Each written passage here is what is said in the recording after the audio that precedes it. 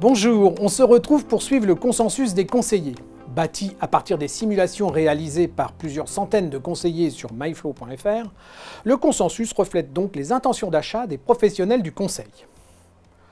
De plus en plus focalisées sur le ralentissement économique chinois, les bourses mondiales ont depuis mi-juillet reculé en moyenne de 10,2%.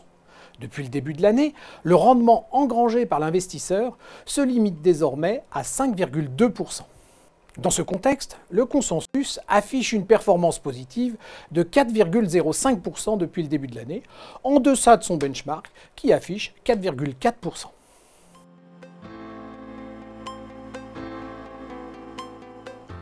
Sur 3 ans, le consensus délivre une performance cumulée de 23,6% pour 25,2% pour le composite 50% actions, 50% obligations. Quant à la volatilité, en glissement sur un pas de 52 semaines, elle atteint dorénavant les 12%.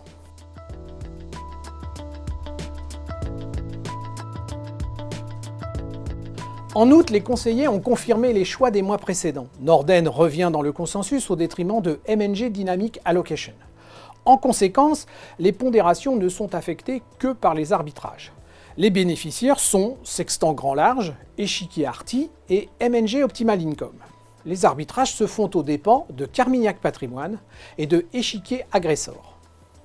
Ce mois-ci, à l'exception de H2O Multibond, tous les fonds délivrent des performances négatives avec une moyenne de moins 5,2%, divisant par 2 la performance du consensus depuis le début de l'année.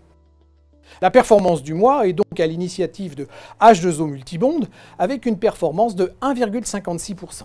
Les fonds défensifs ont plutôt mieux performé, à l'instar de M&G Optimal Income avec moins 0,7%. À l'inverse, Magellan recule de 11,7%. Carmignac Investissement de 11,4% et M&G Global Dividende de 10,8%. Voilà ce qu'on pouvait dire sur le consensus à fin août. Je vous donne rendez-vous le mois prochain pour suivre et comprendre l'évolution du consensus des conseillers.